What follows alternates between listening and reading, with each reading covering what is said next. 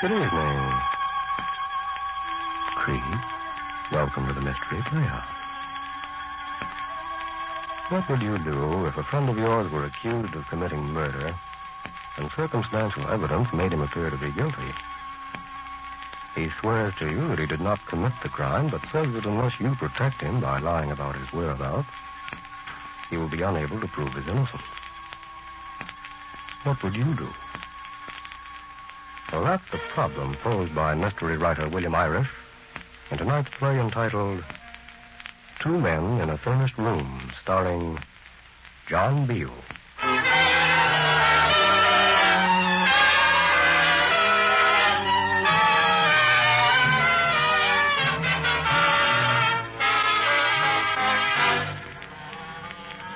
It all began with the housing shortage, Lieutenant Haler.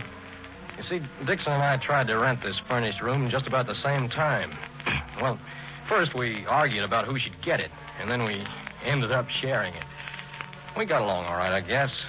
We even became kind of friends in those 3 months. But just the same, I did get a little sore, Lieutenant, when he started talking about his girl again.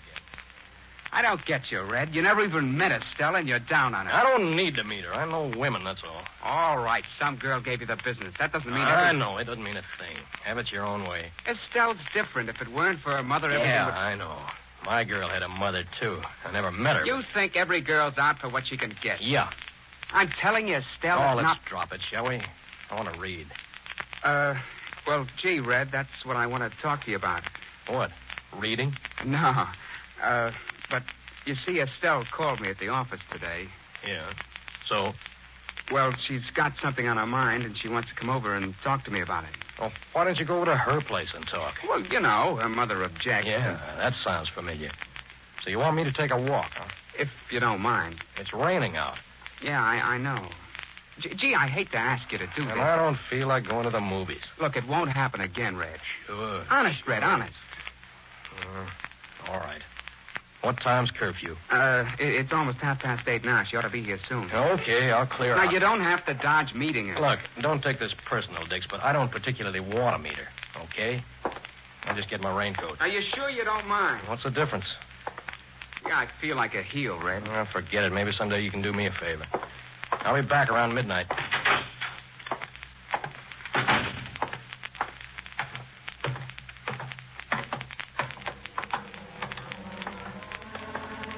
That's the way it is, Lieutenant, when you share a room with another guy. You gotta live and let live. That's a funny thing to say, live and let live. Especially the way things turned out.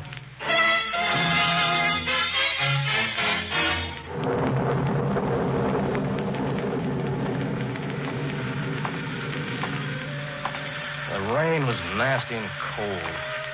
I crossed the street heading toward the bar on the corner when I saw this girl. She was on the opposite side of the street, her head down into the rain. But when she got under the street lamp, I could make out what she looked like. She was wearing a green raincoat. Well, she turned into the house, and I stood there looking at the empty doorway for a while and really getting sore. On account of her, I had to slop her on the rail.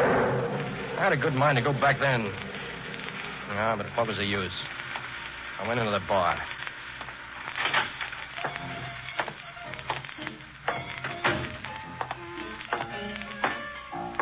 Bartender, give me a shot of rye, will you? Yes, sir.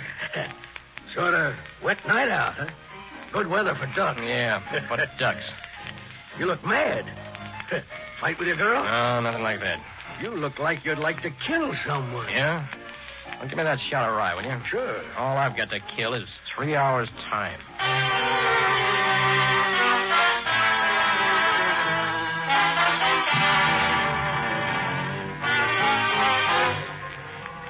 It was a long 3 hours, sitting there and making small talk.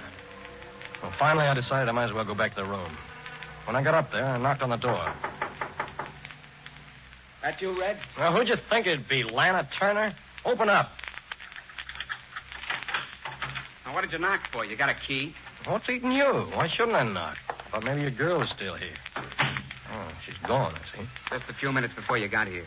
Hey, you're some guy. You let her go alone on a night like this? I put her in a taxi. You didn't get wet. Well, it was right at the door. You didn't even get your shoes wet. Okay. I didn't get my shoes wet. What's it to you? Nothing. What are you so nervous about? Can't you even sit still? Leave me alone, Red. Okay. What happened? Have a blow-up? Now, why should we have a blow-up? I don't know. Hey, what's this on the floor? What? This. Looks like a fastener from a raincoat. A green raincoat. Give me that. Okay, don't grab. Boy, you're really all hopped up tonight. Where are you going? Down to the corner a minute. I want a drink. Well, since when are you drinking at this hour? Since now. Well, take your key. I'm going to bed. I'm coming right back. So long.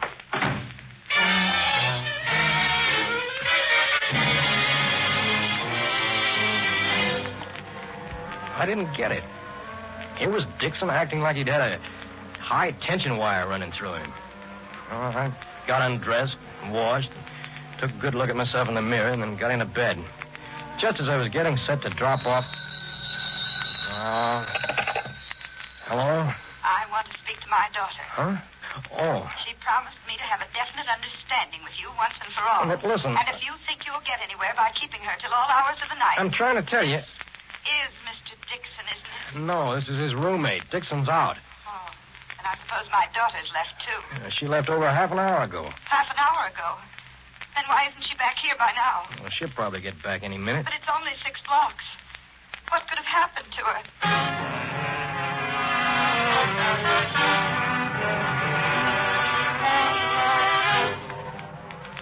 It took me a while to get to sleep, but after a bit of tossing around, I finally made it. Only it didn't last very long. Hello. Is that Mr. Dixon? No, this is still his roommate. I want to speak to Mr. Dixon right away. In just a second, Led, turn on the light. Hello? Mr. Dixon isn't here yet. But it's after 3 o'clock. Isn't your daughter back? No, she isn't. What's he done with her? Where is she? I don't know. Maybe... I warned her about him. I'm going to call the police. Wait a second. That's all. I'm going to call the police. Wait a second. Wait, I think I hear him coming. Hello? Hello? Red, you still up? Well, what does it look like I am? Shut the door. Phoning somebody? No, somebody was calling you. Me? Who? Your girl's mother. Mrs. Michaels? What does she want? Your girl never got home, Dix. What? You heard me. She never got home. But that's impossible. She lives... Only 6 blocks from here, I know. But her mother says she never made those 6 blocks. Listen, Red, what are She you... phoned twice. She says you're going to call the cops. The cops? But why? You need a diagram? It doesn't take 3 hours to make 6 blocks in a taxi. If she left here in a taxi. You sure you put her in a cab? Well, to tell you the truth, Red, I didn't take her down to the door. You told me you took her down and put her in a cab. I know, but we had an argument. She walked out on me. I was ashamed to tell you. Well, go on. Well, I heard her whistling for a cab from the doorway downstairs. I heard it plain, and I heard a cab drive up. Did you see her get into it? Well, I got over the window just a second too late. I saw her arm pulling the door catch. Oh, that's not much of a story. Uh-oh. I wouldn't be surprised if that's the cops. Red, you've got to stick by me. Why should I? Red, don't you see? Outside of me, no one saw her leave here. She ends here. If anything happened to her... Just a minute. Red, you've got to tell them you saw her getting into the cab, too. But I didn't see her. But you would have if you'd come along just 10 minutes before. I swear it. I'm not... Open up in there. Red, what are you going to do? Well, what do you expect me to do? I'm going to open that door.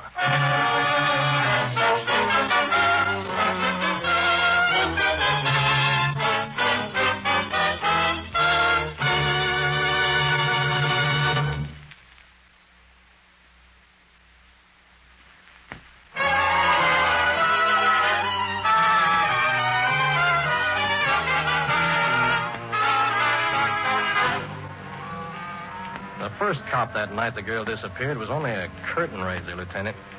Dixon, of course, told his story about seeing her get into the cab. The cop only asked me if I was there. I said no and let it go at that for the time being. As I said, that was just a curtain raiser. That show really got started the next afternoon when I came back from my job at the bank and found you sitting there in our easy chair pretending to read a newspaper. You remember? Well, shut the door. Who are you? Lieutenant Hiller, homicide. Surprised? No, not surprised. Then shut the door. How'd you get in? Super, let me in. You must be Carr. Yeah, Fellow that lives here with Dixon. that's me. A girl named Estelle Michaels came here last night, didn't she? Okay if I sit down? I'm kind of tired. No, go ahead. Well, There was a girl here last night, and I think her name was Michaels. did you see her come in? I think so. From across the street. About 8:30. What time did you get back here? Close to 12. Was the girl still here then? No, she just left. How do you know? Did you see her or did your friend tell you? Well, I as good as saw her leave. What do you mean by that? Well, as I came back here, I saw someone getting into a taxi, and I saw Dixon at the window looking down. When I got upstairs, he told me she just left. Draw your own conclusions. Had you ever seen this girl before? No, just earlier last night.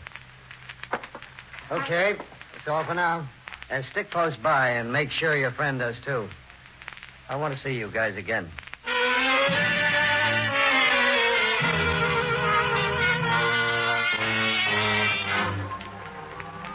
After you left, I felt sort of weak. I was getting involved in this mess to protect Dixon. And why should I? How did I know he was telling the truth? How did I know they wouldn't pull me in as an accessory if his story blew up? I was building up a good deal of resentment against Dixon when he came home. And then again, I couldn't help feeling a little sorry for him. Hiya, Red. Anyone been here? Yeah, a cop named Hiller. What's happened to you? Well, they had me down at headquarters all afternoon. I thought they weren't going to let me go. Why shouldn't they let you go? Because in their minds, I'm already guilty. Oh, for what? Well, whatever it is, I'm guilty. I had to admit I quarreled with her. Don't you see, Red, I was the last person on earth to see her leave this place. Listen, you've got to call up. Who? Her mother. It's only natural you should call up her mother and say you're worried about the girl. No, Red, I can't. What's the number? I can't, Red. What's the number? It's Chelsea 25772. Now, listen, Red, You got to. Don't you understand? You want me to believe your story, don't you? Yeah, but I don't Then see any... talk to her. Stop acting guilty.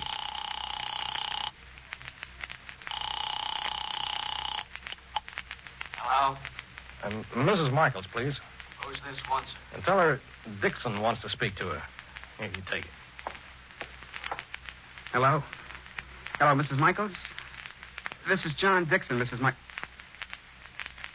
Well, I just want to find out... But, Mrs. Michaels, I swear I can't talk to her, Red. Here, give me the phone. Hello, Miss Michaels? This is Mr. Dixon's roommate.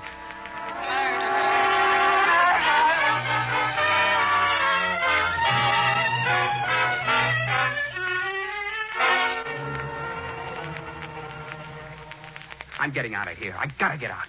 They're gonna get me for this, sure. You run away and you're cooked. And they'll know you did it. I didn't do it, Red. Don't you believe me? I don't know. Red, listen, you know me.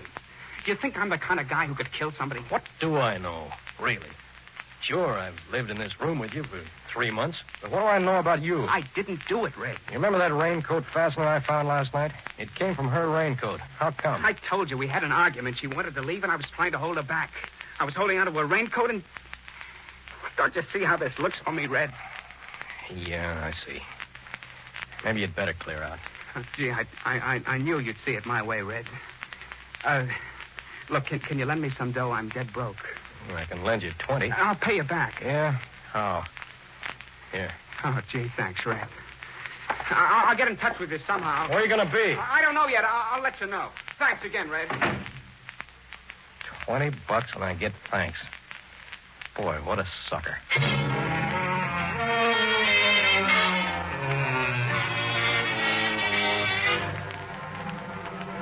Dixon hadn't left any too soon, Lieutenant. I'd hardly had time to put on some coffee and light a cigarette when you came in again. Hello? Oh, Where's Dixon? I don't know. Beat it, I guess. Yeah? Where'd he go? How should I know? He doesn't tell me everything. You're covering for him. Why should I? Don't be a sucker, Red. That's funny. What's funny? Nothing. Okay, then, Red, let's get going. Where to? Headquarters? No, not yet. First, I'm going to take you to the Michaels house. Maybe when you see the girl's mother, that'll make a difference.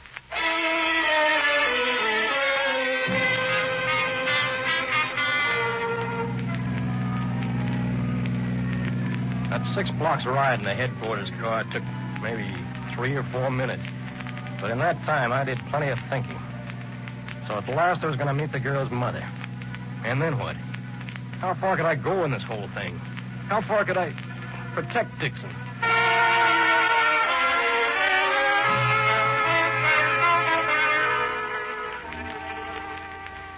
You remember the house. One of those places that was fashionable about 25 years ago. The apartment was dark and dingy with a lot of old furniture. And the mother, she looked old and dried up, too. She was lying in a bed in that room that smelled like it had been a sick room for years. Mrs. Michaels, this is Dixon's roommate. I'm sorry, Mrs. Michaels. Your voice. It sounds familiar. I've spoken to you on the telephone. Oh, that's right. I keep forgetting. Tell me a story, Carl. Do I have to? I think you'd better. Okay. Well, I was coming back home that night, Mrs. Michaels, and I saw a girl getting into a cab. You saw a girl? That's right. Just a flash. And like I said, I saw Dixon at the window looking down into the street. You saw Estelle getting into the taxi? I saw a girl. I guess it was your daughter, ma'am. Now, Red, listen. Think carefully. You were close enough to see the girl getting into the cab. Now, she must have hailed it, right? Well, Did you hear her shout or whistle? well, now that you mention it, Well, I did hear her whistle. You liar. What? You liar. You didn't hear a whistle. Yes, I'm sure. She couldn't whistle. She never whistled in her life. You didn't see my daughter leave that house.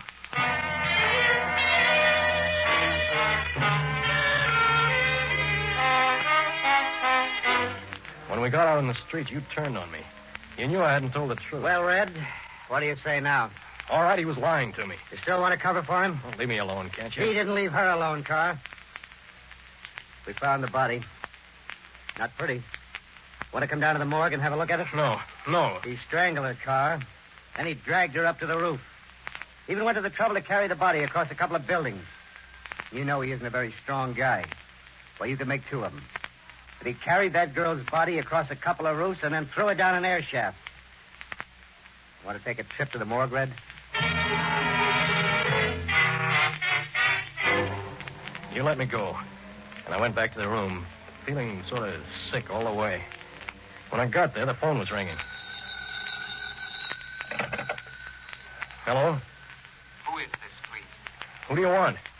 Who's talking, please? What number do you want? Red, Dixon? don't use my name. Is anyone there? No. How are things going? I got news for you. Where can I reach you? You better tell me on the phone. No, I gotta see you. Where are you? Well, I'm afraid... I can't tell you over the phone. All right. I'm at 619 East 10th Street, third floor rear. 619 East 10th Street, third floor rear. Yeah, that's right, in red. Make sure no one follows you. Don't worry. I'll come along.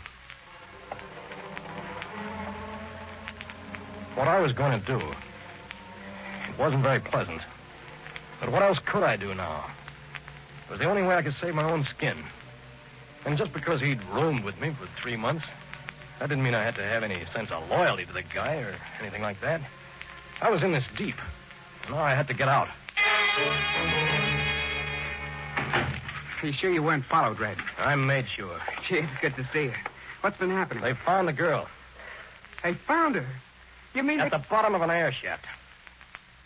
bottom of an air shaft? Dead. She's dead? Well, what'd you think?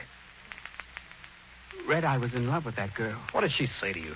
What did she do that made you go off your nut? I didn't kill her, Red. I couldn't kill anybody. But you told me you put her in a taxi. But I admitted that was a lie. You know why I said that. You told me you heard her whistling for a cab. You let me lie to the cops about that. She did whistle for a cab. Her mother says she couldn't whistle. What? You heard me. She couldn't whistle. Well, I didn't know that. I didn't know that. Isn't that too bad? But I tell you, I heard somebody whistle. Maybe it was a bird. And I saw somebody getting into a cab. Sure, I know. Okay, Dick, let's drop the act. I'm going to call the cops. No, Red, you can't. I won't let you. Put down the phone, Red. Where'd you get that gun? A pawn shop. With my dough. Where you You're dirty... not going to call the cops, Red. Not even if I have to kill you. I'm not going to let them get me for something I didn't do. Now stand still, Red. Don't move. Give me that gun. No. Oh.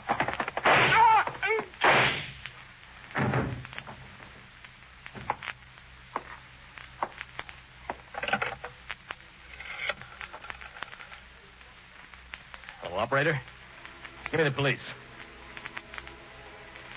Police, my name is Wesley Carr. I'm at 619 East 10th Street, 3rd floor rear. I've just had to shoot someone. The guy who killed that girl last night.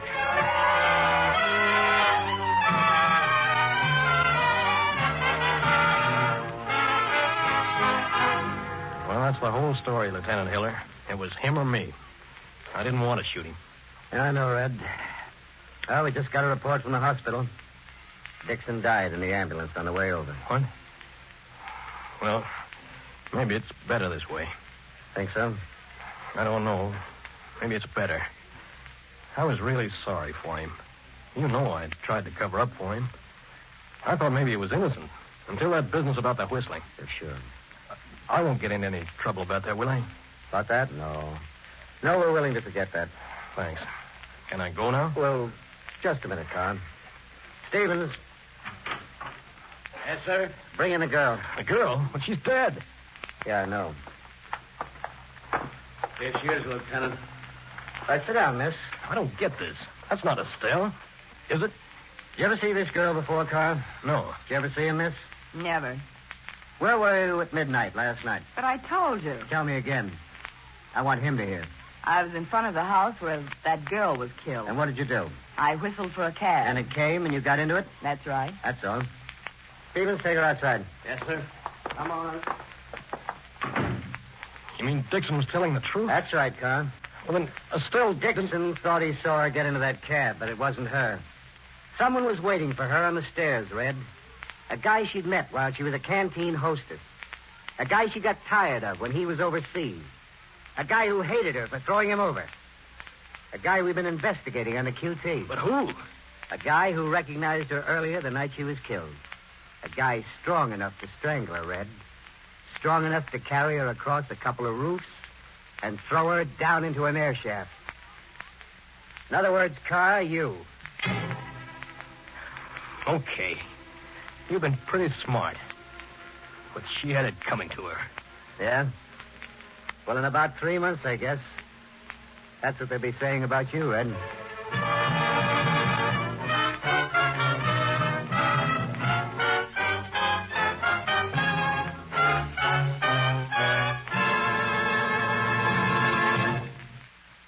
Two Men in a Furnished Room was written by William Iris and adapted for radio by Paul Mona. John Beale was heard as Red, and Sam Wanamaker played Dixon. The music was by Jack Miller.